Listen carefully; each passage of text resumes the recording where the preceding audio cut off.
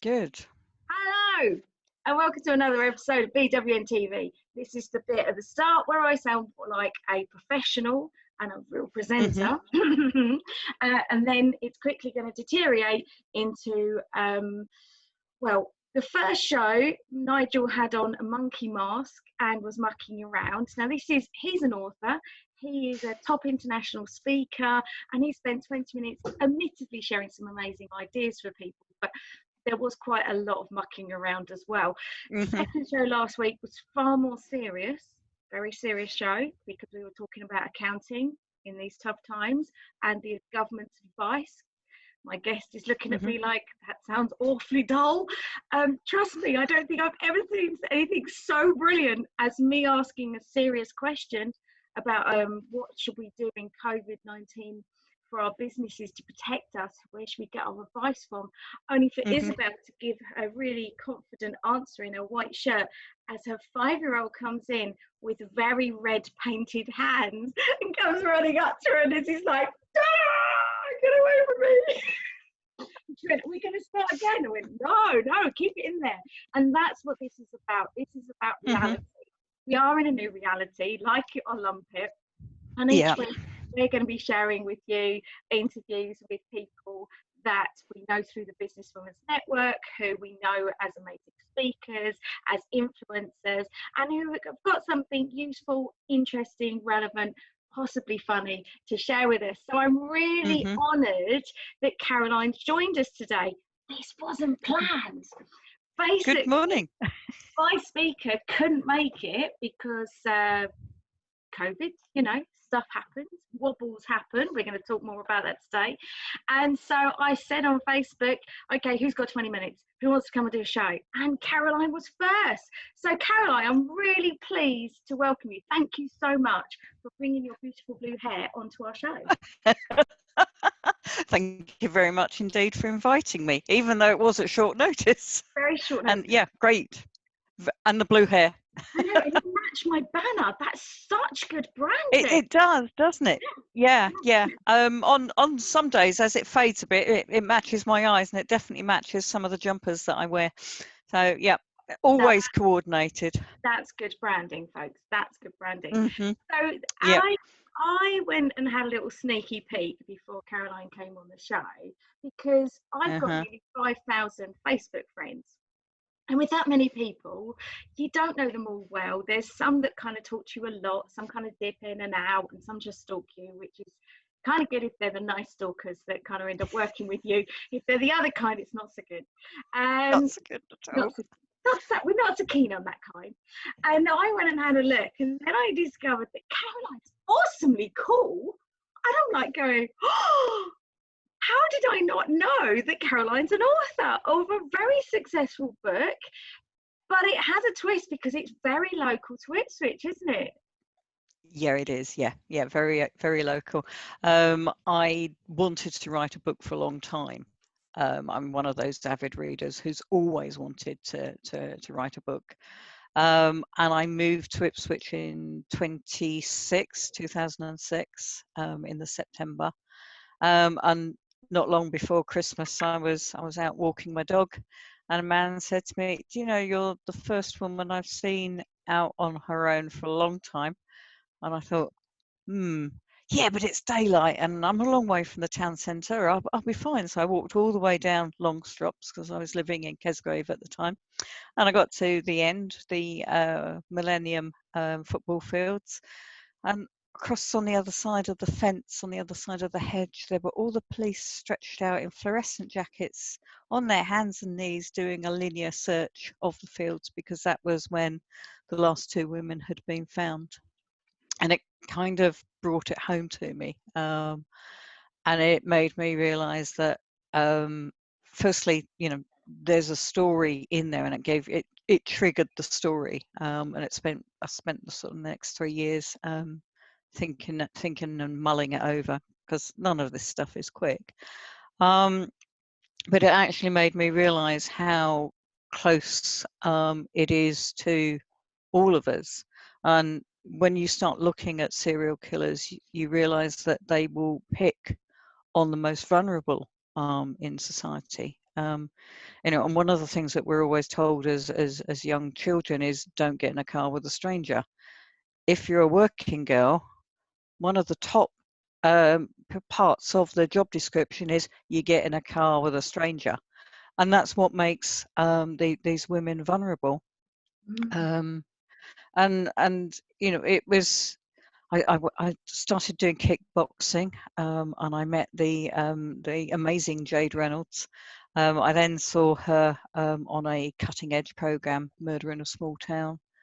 And that just sort of more ideas were coming together. You can't see I'm waving my hands around like crazy under out of sight of the camera, but more ideas were coming together.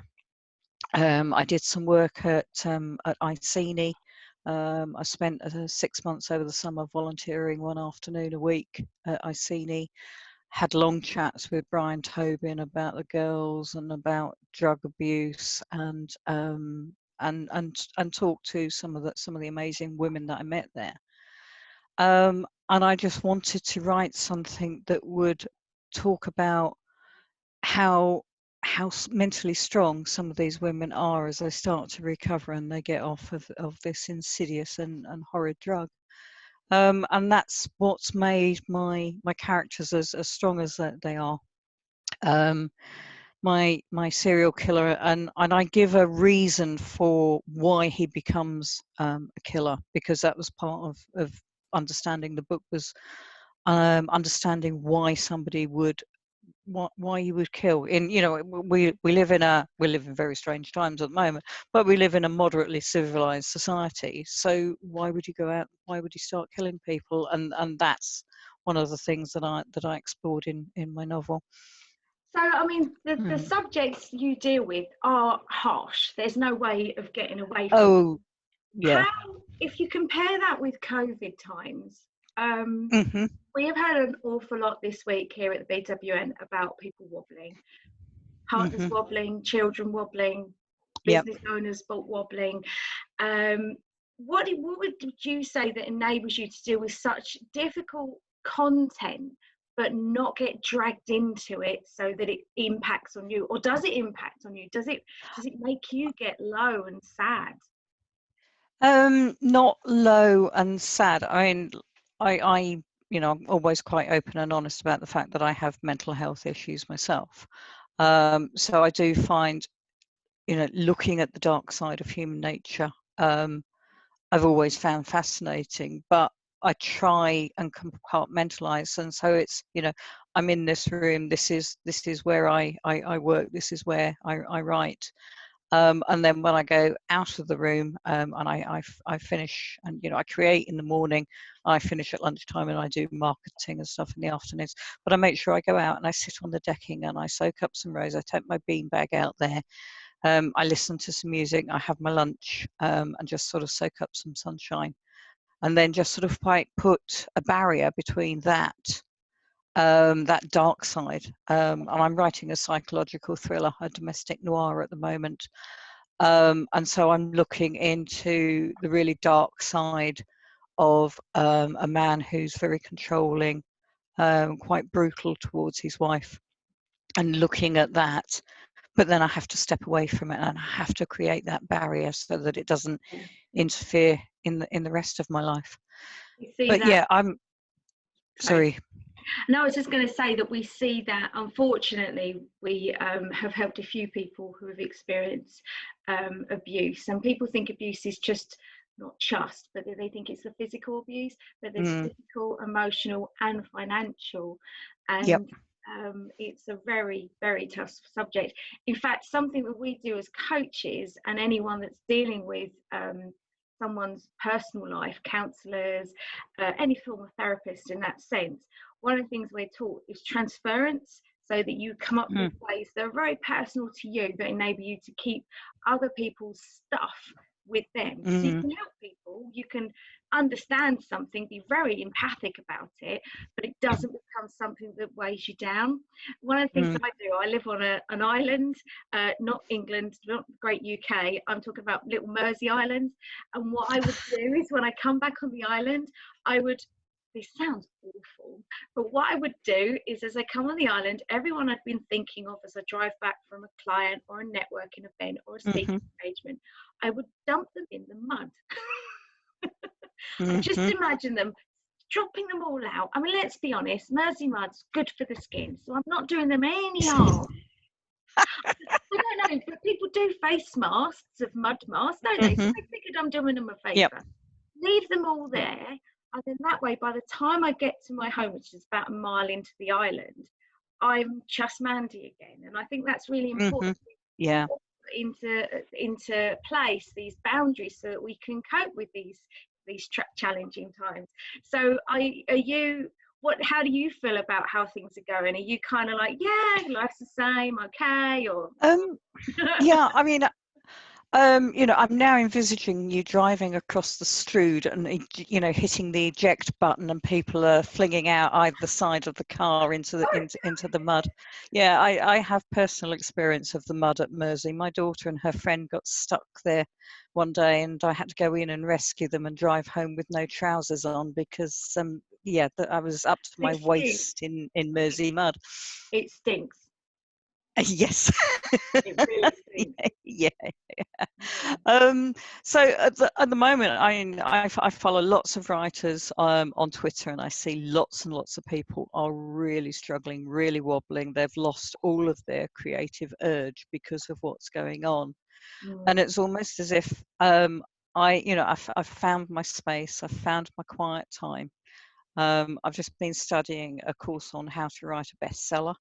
And that's what I'm trying to do at the moment. I'm trying to write this domestic noir, a psychological thriller, and you know, it's one of those things. I'm really, really excited about this. You know, I'm either typing or doing dictation, and the words are just flowing. It's been quieter this morning because I've been editing, and that's always a quieter and slower thing.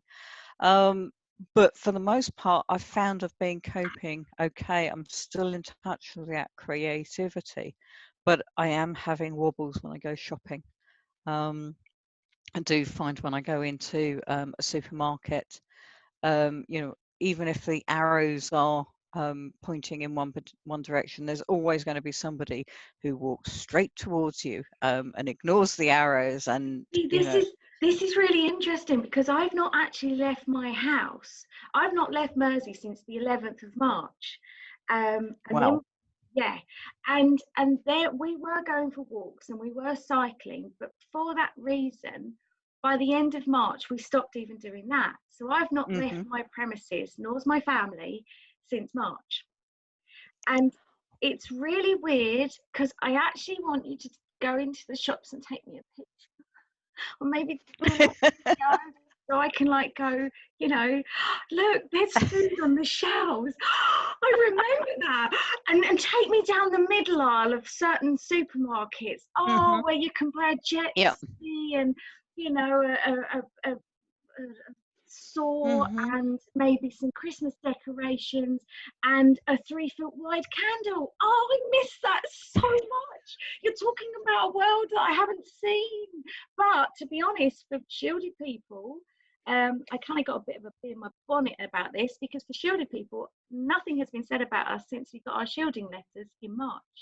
The government's website's not updated. They don't talk about us in the briefings. There was nothing.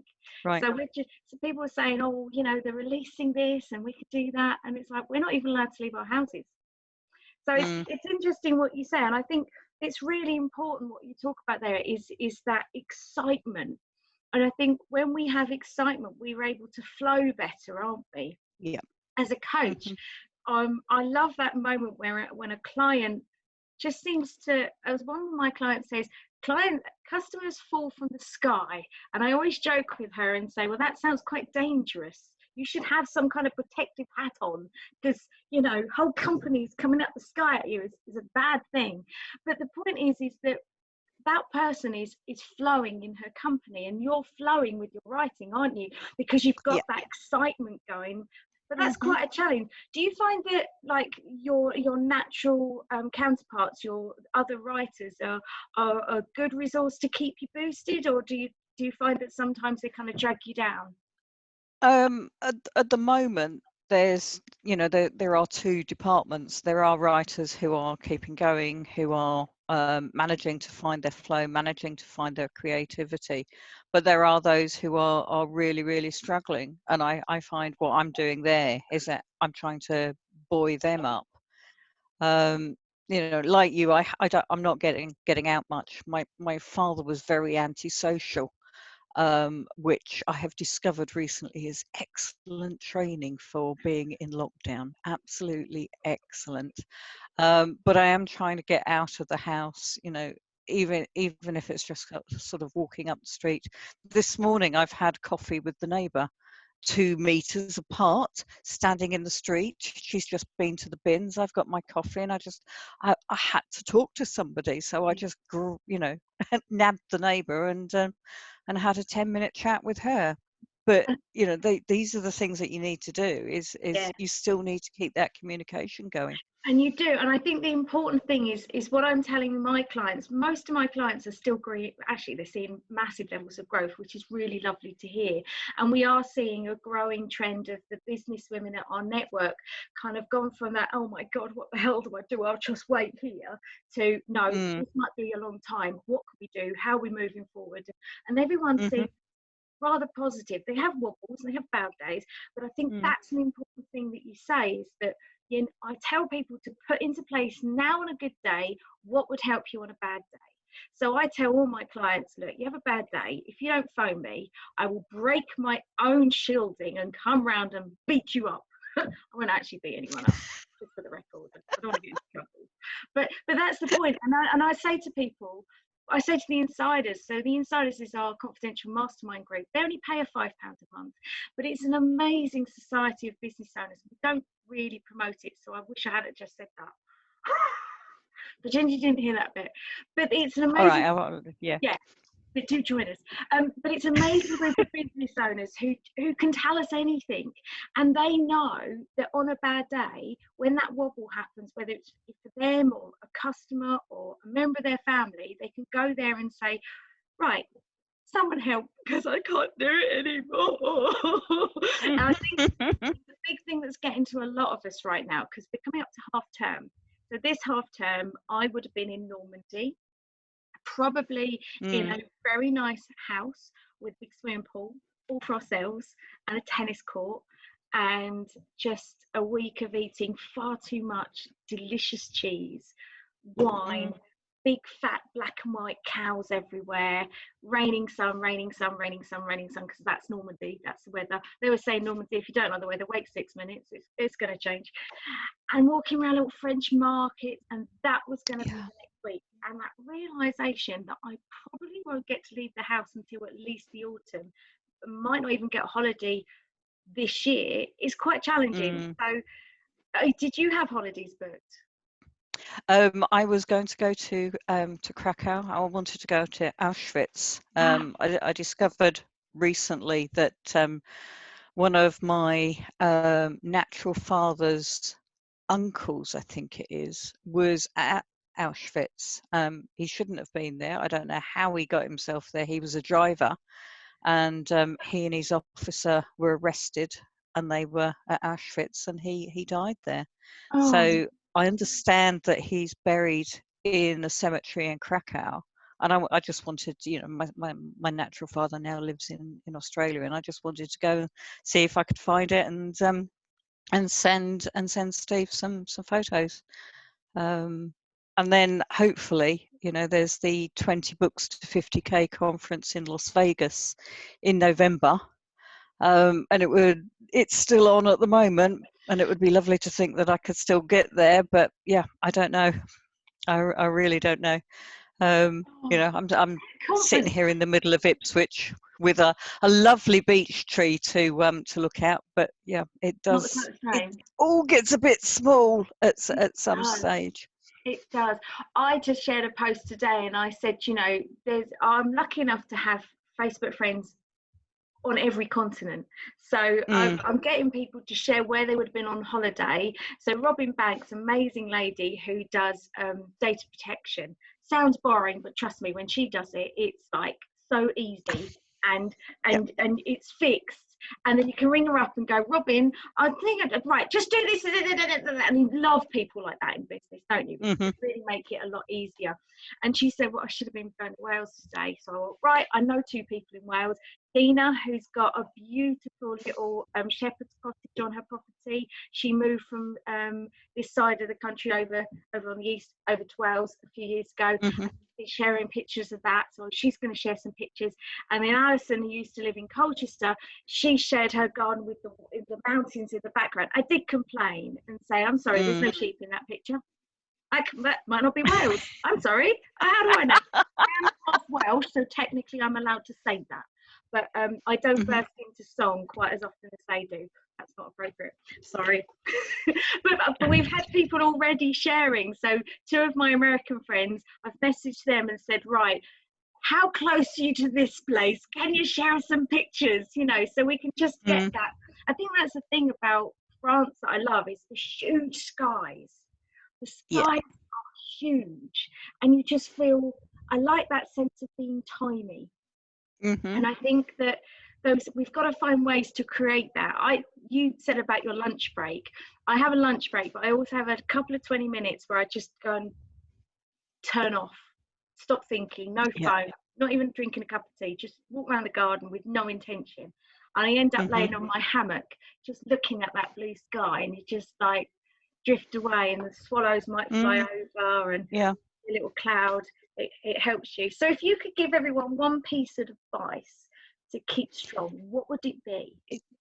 I think it's making sure that you have an opportunity to escape. As a kid, you know, didn't have the best of upbringing, so I always escaped into books. Obviously, I'm writing books now, so that part of my life hasn't changed. I'm still doing that escapism.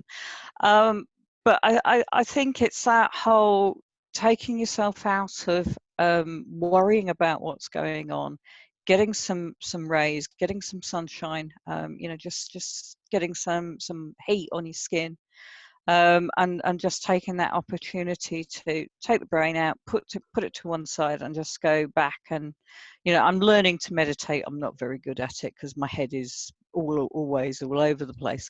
But I think things like that, you know, just taking some time to be as is, in the here, in the now, and not worry too much about the future. And obviously that's advice I need to take for myself. I think the thing is that a lot of people like control, and when we lose control, it's very difficult. But when you're coaching people, you enable them to see there is some stuff you can control, and there's some stuff you'll never control. You can't control the way someone treats you. You can't control global economics. There's things you have no control over. But if you stress about them, it stops you from having the right mindset so you can work on the things that you can control. And I think that's very important. I would like to finish with a couple of points. Firstly, a meme I created quite some time ago still goes down well with the writing community. The quickest way to a meditative state is have a new project that has to be in with a very short deadline. Sit in front of that laptop, start to type, and suddenly your head is oh, what's up there? Oh God, no, right. Come on, I need to. Quickest way to meditative state. It works every time. And it would be very amiss of me if we didn't get you to tell us about this amazing book title and where we can find out more. Okay, so my first novel is called Tangent. There are still some copies at the Woodbridge Emporium. For those living near Wivenhoe, Sue has got a couple of copies in the Woodbridge, not Woodbridge, the Wivenhoe bookshop.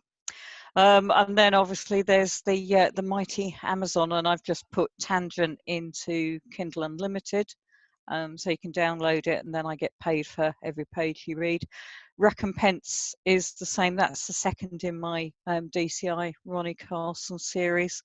And then, because why wouldn't you, I wrote a book called Cineve, the King's Cupbearer, and that is based all around a young woman that I kind of met at Sutton Hoo, and her story starts in 625 as they're preparing for the ship burial for Redwold. It's a murder mystery again, but there's lots of witchcraft. There's a giant. There's magic in there, and obviously poisoning as well. So yeah, they're all available from the Woodbridge Emporium. Or on Amazon, and when my web mistress gets my website sorted out, they'll be available. You can get signed copies direct from me off the website. Oh, cool. Well, if it's okay with you, what we will do is we will give Iceni a shout out. We will also give the Wivenhoe Bookshop and the Woodbridge Bookshop a shout out, because we are massively protective of small businesses around the world, not Excellent. just in the UK now. And what we'll do is we'll give them a shout out on the BWN TV page. If it's all right with you, can we put your books on our website so we can... Yeah. Yeah, I'll send you some covers, and I'll send you a link to my website as well. Fantastic. Excellent. Honestly, Thank you. this has been absolutely fascinating. I tell you what, I think everyone should take 20 minutes to go and meet a Facebook friend that they've connected with. I don't know where she is. Just have a chat, and don't know who she is. And now I know something about this amazing blue-haired author who should be at one of the biggest conferences in the world for books, and she just happened to have 20 minutes free to come live on BWN TV. That's the kind of thing we get up to here. Thank you so much, Caroline, for joining us today. I've thoroughly thank you for inviting me. I gotta be honest, I could probably listen to you talk for about an hour or so. It was brilliant, really, really, really interesting. I mean, yeah, can you find me a man that could do that? Tell me more. What is it you need? Well, we know quite a few people. Yeah. I'm sorry. I'm getting a bit bored with being single. That was all. Right. Okay. You heard it here first, folks. Caroline is looking for love. I don't know where the BWN TV is going, but we could do that too. I'm not sure I'd make a date person. I've got to be honest. Not sure I could do that. No. Yeah. Okay. Yeah. It would just be nice to have someone who can come up to London with me and spend some time walking around little dark alleys, because I'm desperate to find somewhere to leave a body. And a man that could cope with that kind of thing, he'll be the one for me. Just, you've seen it here, folks. I'm so sorry. I'm never speechless, but I think someone just told me they want to do a murder on our TV show. Should I be called this? Hey, Caroline. I'm sure I'm on a list somewhere. I reckon all the best people are. All joking aside, right. In all my years of coaching business owners, I did actually have someone, about 7 or 8 years ago, come to me and said, I've been working you to grow the business. Can you help me find a man? And I was like, where did you leave him last? Clumsy, isn't it? I mean, they're quite big. How can you? Yeah. She said, no, I've been single, grown a business, I'm mega successful. I now want love. And I was like, well, I've never done that before. And I said, well, look, we'll have a 100% guarantee on this. So we'll do a couple of sessions. If you don't get anything, you don't pay me. The irony was, she actually ended up finding love. And it turned out, it was really freaky. I obviously don't go around promoting myself as the love coach, because that's quite different to what I tend to do for the day job. But we actually, one of the things we discovered, this is a good way for us to end actually, because one of the things we discovered is this person, very successful. I really admire all my clients, and she was really amazing, tenacious, brilliant, and now she wants a bloke. And I kind of started working with her. I thought, if anyone can find someone, it's you, because anything you set your mind to, you get. But when we looked at their lives, if you went in the hallway, there was all these coat hooks, and every coat hook had a hook on it, and it was very tidy. There was one pair of shoes under each one. So I said to her, in theory, if there was a bloke, what's he supposed to do? Come in with no shoes and coat on? And it may sound silly, but she said, I actually haven't made room for somebody to exist in my life. So she removed a set of shoes and a coat. She cleared out some space in the toiletry drawer, so there was room for another toothbrush. And she did all these things throughout the house. And as daft as it sounds, what it did was it changed her mindset. So that she went from Mhm. being a single person in her head into being a person that had to share her space. And let's be honest, in lockdown, we all have times where we could quite happily look at our loved ones and go, no, no, darling, that really doesn't live there. Darling, love you so much. However, I don't remember. Mm. I don't remember. 4 years we don't do that, and now we're doing that. Mm. Don't Yep. remember that. Yeah. So yes. Well, there's but a little what top I'm tip for writing at the moment is about a man who's gaslighting his wife and basically trying to make her go mad. So yeah, I Yes, would be quite an unusual project to take on, I think. I think that for the right man, it would be a heavenly journey. Although maybe you don't want to post too many pictures of you two in a London alleyway on social media. Possibly not. So as you Possibly can not. see from another episode of BWN TV, we never know where it's going to go. I really could talk to you all afternoon. Caroline, thank you Thank you. so much. It's been Thank you. absolute brilliant.